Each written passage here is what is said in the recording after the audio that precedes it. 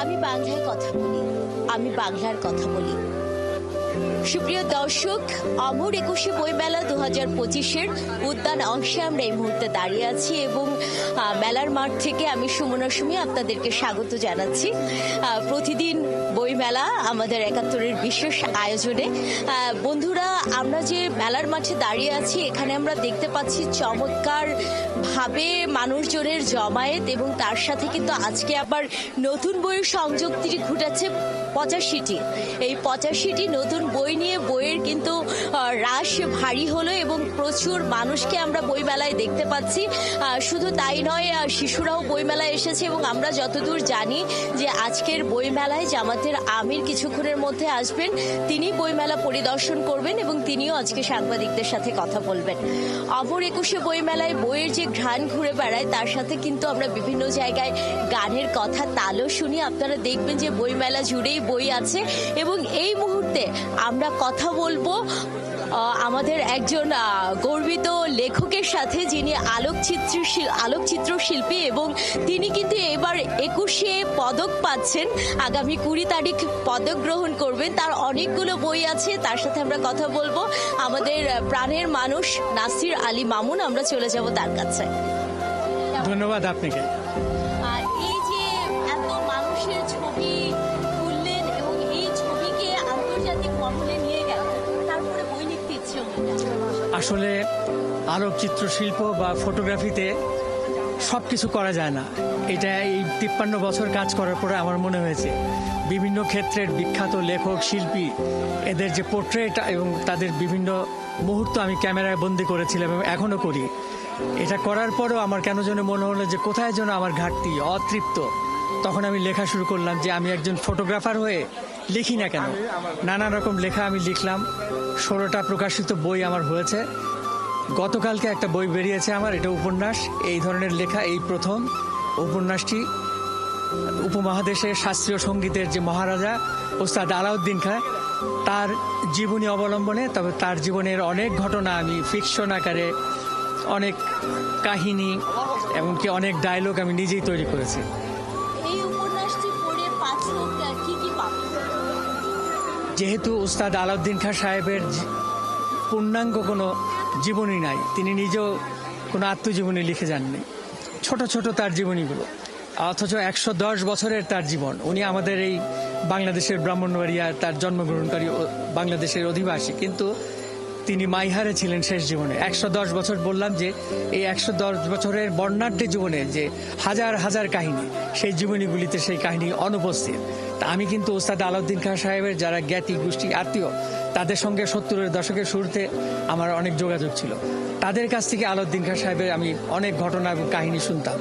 শুনে শুনে আমি মাথায় রেখেছিলাম। এখন এই বইটা যখন লিখতে যাই, তখন আমার সমস্ত ঘটনা একটা ফুলের মালার মতো চলে আসতে শুরু করলো। আমি লেখা শুরু করলাম। তখন আমি ভাবলাম যে আমি উপন্যাস আকারে লিখি। আমি তো জীবনীকার না, আমি গবেষক না, প্রাবন্ধিক না। আমি এই ফিকশন আকারে, উপন্যাস আকারে লিখলাম হেম বিহাগের মহারাজা। হেম বিহাগ হলো তার একটি শ্রেষ্ঠ রাগ, যেটা এখনো চালু আছে তার শিষ্যদের মধ্যে। এই যে বই লিখলেন, বই লেখার পরে আপনার এখনকার অনুভূতি কি? আমি মনে করি যে আমি তো আসলে একজন দৃশ্যশিল্পী হতে চেয়েছিলাম, সম্ভবত হতে পেরেছি। তারপরে মাঝে মাঝে আমার মনে হয় আমি লিখি না কেন। এই যে আমার বিস্তর অভিজ্ঞতা বিভিন্ন ক্ষেত্রে, এই যে নক্ষত্র মানব, বিখ্যাত লেখক শিল্পী, তাদের ছবি তোলার পেছনে এবং তার সামনের যে অনেক ঘটনা কাহিনী, সেগুলি আমি লেখা শুরু করেছিলাম। সেগুলির আমার বইও আছে কয়েকটি। আর বিখ্যাত মানুষজনের আমি সাক্ষাৎকার নেওয়া শুরু করলাম। সেই সাক্ষাৎকারেরও আমার 6টি বই হয়েছে। আর ঘর নাই শিরোনামে আমার একটি সিরিজ ছাপা হয়েছিল দৈনিক পত্রিকায়, সেটিও আমি বই আকারে প্রকাশ করেছিলাম। ঘর নাই নামে একটি, আরেকটি হলো চারাল নামা। সেখানে আমাদের এই ঢাকা শহরে যারা গৃহহীন, তারা কেন ঢাকায় আসে, কি কারণে তারা হোমলেস বা গৃহহীন, আমার ওই বইটা পড়লে সেইগুলি বোঝা যায়। সেই ইন্টারভিউগুলি অত্যন্ত ইন্টারভিউ। তারা ভুল উচ্চারণে, ভুল ব্যাকরণে যা বলে, সেটা আমি বইয়ের মধ্যে ছেপেছি।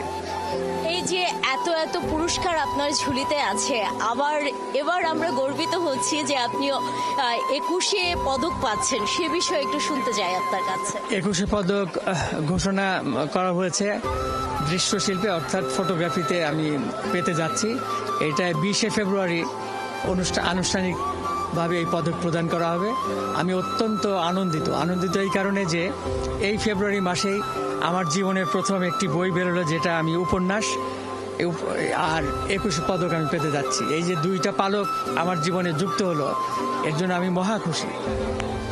এই যে আনন্দে আত্মহারা হচ্ছেন এবং এবার বই মেলাও কিন্তু একটু অন্যভাবে সেজেছে, সেই বই মেলায় আপনার বই এলো। এই বই মেলাকে আপনি কিভাবে দেখছেন, এবারের অমর একুশে বই মেলা 2025-কে? শুরুর থেকে কিন্তু আমি বইমেলায় আসি। 1978 সালে বইমেলা হয়েছিল বাংলা একাডেমিতে। পুঁথিঘর লিমিটেডের চিত্তরঞ্জন বাবু, উনি একটা টেবিলের উপরে কয়েকটা বই বিছিয়ে, এরকমই ছিল বইমেলাটা। কিন্তু কালে কালে বইমেলা সরোয়ার্দী উদ্যানে চলে আসছে, বইমেলার জায়গা হচ্ছে না। এত বিরাট পরিসরে প্রত্যেক বছরই হয় বইমেলা, বাংলা একাডেমি আয়োজন করে। কিন্তু এই বইমেলার বিশেষত্ব হলো এই যে জুলাই ছাত্র জনতা গণ অভ্যুত্থান হয়েছে, এই যে এত বড় একটা বিপ্লব হলো, তার সঙ্গে সঙ্গে আরেকটি বিপ্লব সংগঠিত হলো, যেটা দৃশ্যশিল্পের বিপ্লব। এই যে সারা বাংলাদেশে, রাজধানী ঢাকা সহ এই যে দেয়ালের গ্রাফিতি বা দেয়াল চিত্র, এটাতে আমরা দেখলাম যে সমস্ত বাংলাদেশ ফুলের বাগানের মতো ফুটে উঠছে, এবং নানান কালার, রং, এবং যেসব ছেলেমেয়েরা ছবি আঁকে না, তারাও কিন্তু এখানে ছবি এঁকেছে। প্রধানত তারাই ছবি এঁকেছে এই বিপ্লবের মধ্যে দিয়ে। তখন আমি দেখলাম যে এই বিপ্লবকে উপলক্ষ করে বইমেলা হবে অত্যন্ত গুরুত্বপূর্ণ এবং আড়ম্বর। সেই জন্য এই বইমেলা ঢুকে আমি দেখছি যে অনেক কালার, অনেক কালারফুল, এবং অনেক ছেলে মেয়েরা সেজে গুজে এসছে। যেহেতু কালকে 1 ফাল্গুন, বিশ্ব ভালোবাসা দিবস, এর মাঝখানে দাঁড়িয়ে আমি আপনাদের চ্যানেলের দর্শকদের জন্য আপনার সঙ্গে কথা বলছি।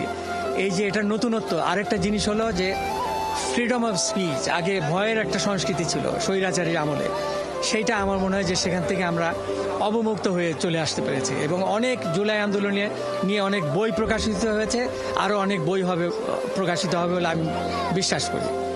আমরা কিন্তু জানি যে এবারের বইমেলার মূল থিম জুলাই গণ অভ্যুত্থান এবং নতুন বাংলাদেশ বিনির্মাণ। তার সাথে মেলার সামঞ্জস্য কি দেখছেন? তার সঙ্গে অবশ্যই মেলার সামঞ্জস্য আছে, অনেক মিল আছে। আপনি যখন ঢুকার সময় দেখবেন যে জুলাই গণ অভ্যুত্থানের যে গ্রাফিতি তারা এঁকেছিল, অনেকগুলি পিলারের দেয়ালের মধ্যে সেই আঁকা আছে, সেই স্লোগানগুলি আছে। আরেকটা বললাম একটু আগে যে প্রায় প্রত্যেকটা স্টল থেকে আমি দেখলাম বই বেরিয়েছে জুলাই গণ অভ্যুত্থান নিয়ে, এবং প্রায়ই নতুন লেখক এবং অনেক ছাত্ররা লিখেছে। এই যে একটা নতুন ট্রেন্ড চালু হলো যে ছাত্ররা লিখছে, যারা এই প্রথম বই তাদের এই বইমেলাতে, এটা কিন্তু জুলাই অভ্যুত্থানের একটা ফসল বা ফল। আপনি আমাদের দেশের গর্ব এবং আমাদের বাংলাদেশের আলোকচিত্র শিল্পকে আপনি বিশ্ব দরবারে নিয়ে গেছেন, সে সম্পর্কে কি বলবেন আপনি? আসলে বাংলাদেশের আলোকচিত্র শিল্পকে বিশ্ব দরবারে আমি একা নিইনি। আমাদের দেশের আরও অনেক খ্যাতিমান আলোকচিত্র শিল্পী, ত্যাগী আলোকচিত্র শিল্পী, তারাও কাজ করেছেন। তাদের মধ্যে আমি একজন, তাদের সঙ্গে যুক্ত হয়েছি। এই যে বিশ্ব আলোকচিত্রের যে মহাসড়ক, এই মহাসড়কে 3 দশক 4 দশক আগে আমরা ঢুকতেই পারতাম না, আমরা অনেক পিছনে ছিলাম। এখন কিন্তু বিশ্ব আলোকচিত্রের যে মহাসড়ক, যে হাইওয়ে, সেখানে কিন্তু সারা বিশ্বের ফটোগ্রাফি যারা করে তাদের সঙ্গে আমরা একসাথে আছি, একই কাতারে আছি। এই যে ফ্যাসিজমের বিরুদ্ধে একটা যুদ্ধ হলো এবং তার সাথে আমরা নতুন বাংলাদেশ বিনির্মাণ করতে চাচ্ছি, এখানে আপনার আলোকচিত্রে কি কি উঠে আসতে পারে বা আপনার নতুন লেখায় কি কি আসতে পারে? আমি একটু বলছি, এই যে জুলাই গণ অভ্যুত্থান হলো, এই গণ অভ্যুত্থানে ছাত্র জনতার সঙ্গেও যারা দৃশ্যশিল্পী, বিশেষ করে ফটোগ্রাফার, তারা কিন্তু সরাসরি যুক্ত ছিল।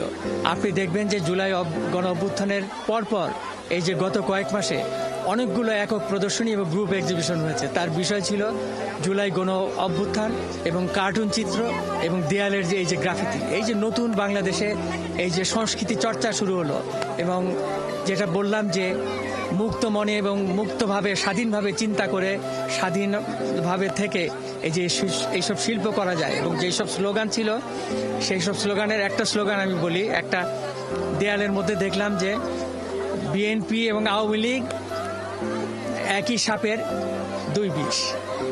তরুণ প্রজন্মের উদ্দেশ্যে এক কথায় কি বলবেন আমাদের অগ্রজ? তরুণ প্রজন্ম, আপনারা কারো পরামর্শ শুনবেন না, আপনারা জেগে উঠেছেন, আপনারা নেতৃত্ব দিতে পারেন। আপনাদের কাছেই নতুন বাংলাদেশের নেতৃত্ব, আপনাদের হাতেই জনগণ দিয়েছে। কাজেই আপনারা বাংলাদেশকে একটা সুন্দর, স্থিতিশীল এবং সুখী রাষ্ট্রে পরিণত করার জন্য ব্যাকুল হন। আপনাকে অশেষ ধন্যবাদ এবং কৃতজ্ঞতা। দর্শক, আমরা এতক্ষণ কথা বললাম আমাদের গর্ব এবং 21শে পদক পেতে যাচ্ছেন নাসির আলী মামুন, আলোকচিত্রী শিল্পী, এবং তিনি কিন্তু অনেক অনেক বই আমাদের উপহার দিচ্ছে। বইমেলার মাঠ থেকে এ পর্যন্তই ছিল আমাদের এখনকার আয়োজন।